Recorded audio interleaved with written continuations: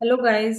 पिछली वीडियो में हमने एनुअल रिपोर्ट की पीडीएफ फाइल से प्रॉफिट एंड लॉस स्टेटमेंट के कंपोनेंट्स के बारे में समझा था। आज हम प्रॉफिट एंड लॉस स्टेटमेंट को एक्सेल फाइल से समझेंगे और रेशियो एनालिसिस भी करेंगे। ये वीडियो सिर्फ एजुकेशनल पर्पस के लिए है और मैं इसमें किसी भी सिक्योरिटी को बाय या सेल करने की रिकमेंडेशन नहीं दे रही हूँ। ये देखिए, ये मैंने टीसीएस का consolidated and stand alone profit and loss statement का डेटा यहाँ एक्सेल शीट में एंटर कर लिया है। ये डेटा फाइनेंशियल ईयर 2021 से लेकर फाइनेंशियल ईयर 2024 तक का है। इसे हम देख लेते हैं एक बार स्क्रॉल करके।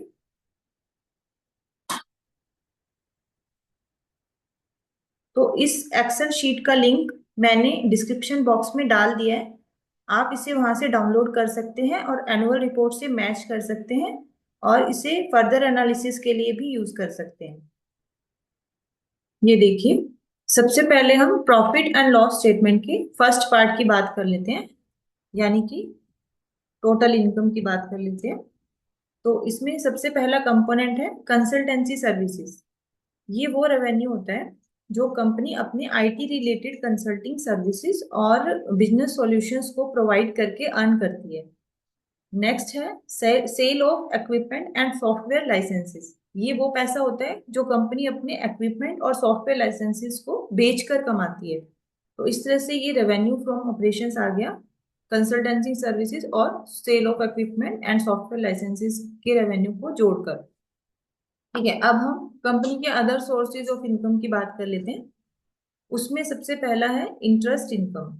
ये वो पैसा होता है जो कंपनी अपने इन बैंक बैलेंसेस और फिक्स्ड डिपॉजिट्स पर इंटरेस्ट मिलने से अर्न करती है। नेक्स्ट है डिविडेंड इनकम। ये वो पैसा होता है जो कंपनी यदि किसी दूसरी कंपनी के शेयर्स में इन्वेस्ट करती है, तो जब वो कंपनी डिविडेंड को डिक्लेयर करती है, उस डिविडेंड में कंपनी का जो हिस्सा होता है वो इधर कंपनी अपने पीएनएल में मेंशन करती है। नेक्स्ट है फॉरेक्स गेन या लॉस। क्योंकि कंपनी मल्टीपल कंट्रीज में ऑपरेट करती है, तो कंपनी को फाइनेंशियल ट्रांजैक्शंस में डील करना पड़ता है। तो इन ट्रांजैक्शंस की वजह से जो कंपनी को गेन या लॉस होता है वो कंपनी इधर मेंशन करती है। नेक्स्ट है net gain on disposal, fair valuation of investments carried at fair value through profit और लॉस। जब कंपनी अपनी फाइनेंशियल स्टेटमेंट्स को डिस्क्लोज करती है, तब कंपनी को अपनी इन्वेस्टमेंट्स को रीवैल्यूएट करना होता है। मार्केट वैल्यू के हिसाब से उसको अपनी इन्वेस्टमेंट्स को रिवैल्यूएट करना होता है। तो उस वजह से जब कंपनी को प्रॉफिट या लॉस होता है, तब कंपनी उसको इधर मेंशन करती है। नेक्स्ट है अदर इनकम। ये मिसलेनियस इनकम होती है। इस तरह से ये सब इनकम जोड़कर यहाँ पर टोटल इनकम कंपनी की बनती है। ठीक है, अब हम नंबर्स की बात कर लेते हैं।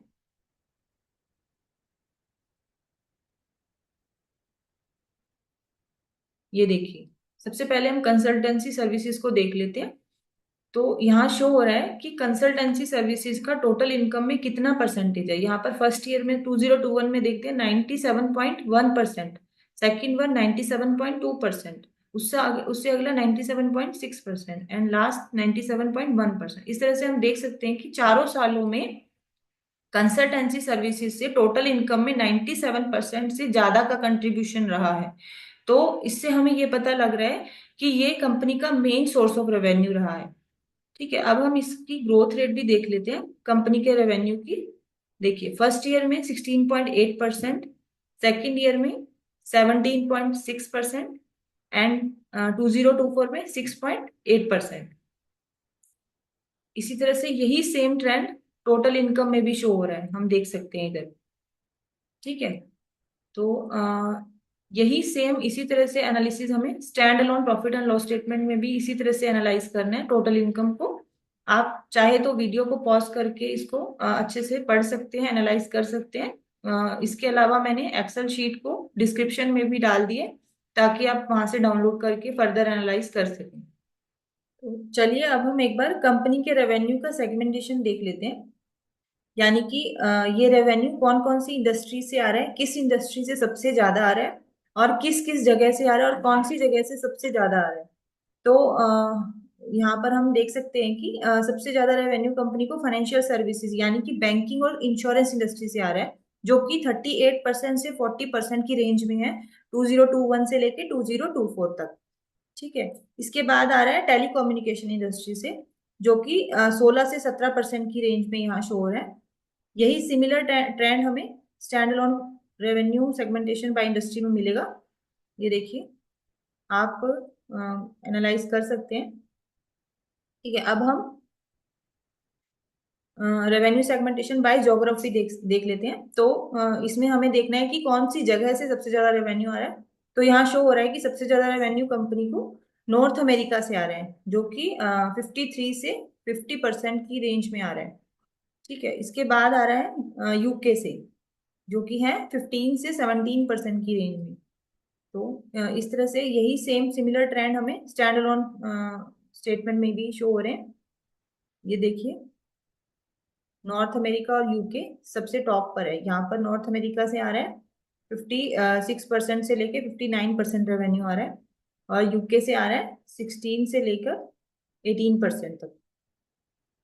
अब हम प्रॉफिट एंड लॉस स्टेटमेंट का सेकंड पार्ट देख लेते हैं, जो कि एक्सपेंस से रिलेटेड है।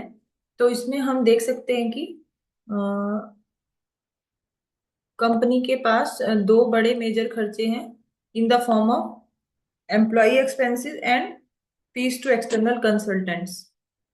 ठीक है। इसके अलावा कुछ छोटे मोटे खर्चे हैं, जैसे कि cost of equipment and software licences, facility expenses, travel expenses, communication expenses, bad debts and advances, return of allowance for expected credit losses of doubtful advances. इसका मतलब होता है कि जब कंपनी कोई सर्विस प्रोवाइड कर रही है किसी को, या किसी को कोई पैसा उधार दे रही है, तो वो पैसा वापस नहीं आता है, तो कंपनी उसको एज ए बैड डेट्स लिखकर अपने अकाउंट से हटा देती है।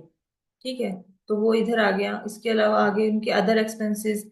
तो इस तरह से ये टोटल अदर एक्सपेंसेस हो गए, और इन सभी एक्सपेंसेस को टोटल इनकम से डिडक्ट करके हमारे पास आ गया एबिटा, यानी कि earning before interest, tax, depreciation and amortisation.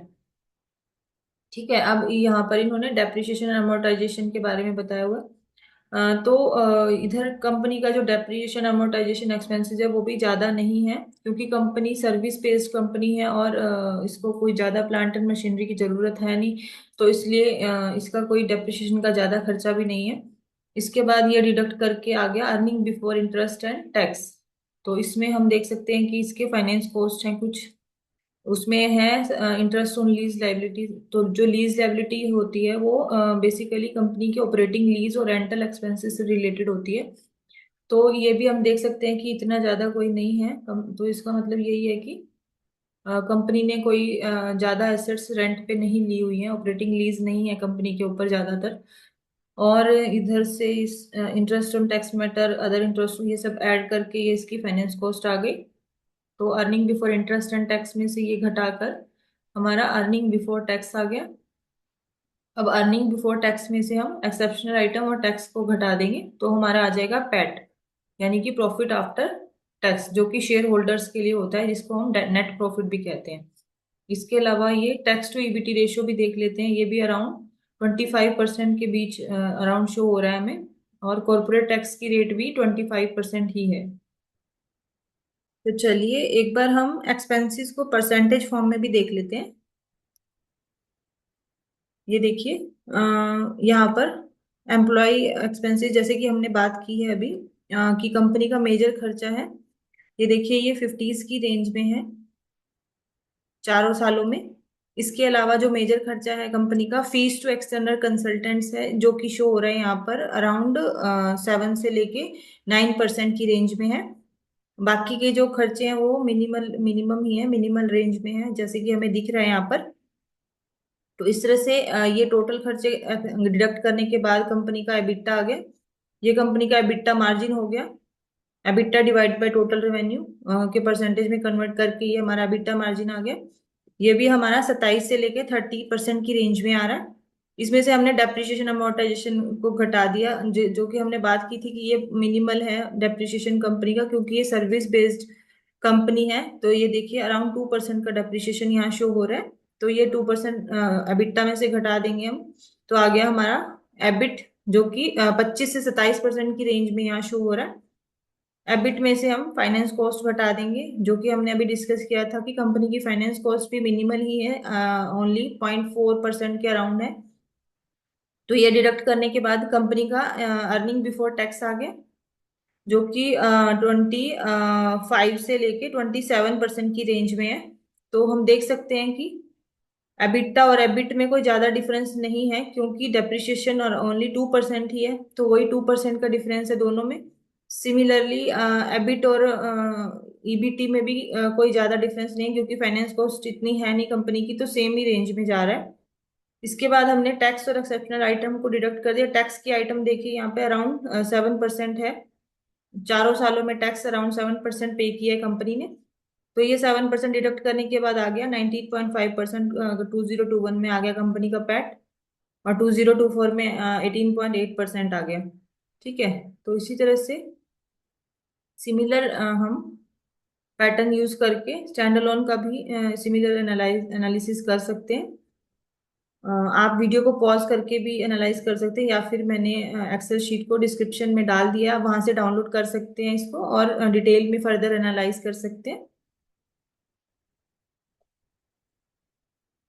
तो फ्रेंड्स, आज हमने प्रॉफिट एंड लॉस स्टेटमेंट को एनालाइज करना सीखा। अगली वीडियो में हम बैलेंस शीट के बारे में बात करेंगे। तो let's stop hair. Thank you.